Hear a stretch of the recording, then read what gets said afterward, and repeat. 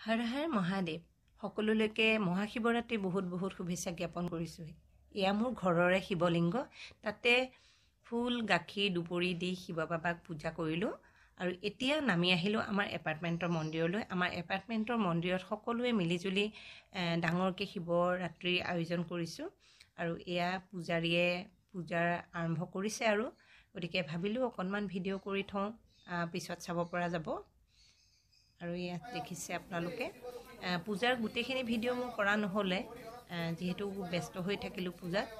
কিন্তু যেতিয়া মই আৰু সঞ্জীৱে আহুতি দিছিলোঁ হোমত, তেতিয়া আমাৰ মৌৱে বোলে ভাল লাগিলে বোলে মাক দেউতাক কেনেকৈ পূজা কৰা দেখি, সেইকাৰণে তাই বহুত দূৰৰ পৰা ভিডিঅ'টো কৰি ৰাখিছিলে আৰু পিছত তাই মোক দেখুৱাত মোৰো ভাল লাগিলে।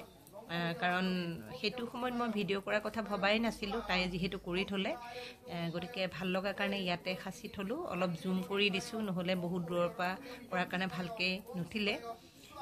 আৰু সেয়া সকলোৱে এজন এজনকৈ এনেকৈ আহুতি দিব, পূজা কৰিব। আৰু এয়া দেখিছে মন্দিৰৰ সন্মুখৰ ভাগত আহি হোমখিনি কৰা হৈছে। মন্দিৰটো যিহেতু সৰু, সেইকাৰণে এজন দুজনকৈ এনেকৈ কৰিব লগা হৈছে। সকলো লোকে পুনৰবাৰ শিৱৰাত্ৰি বহুত শুভেচ্ছা জ্ঞাপন কৰিলোঁ। ধন্যবাদ।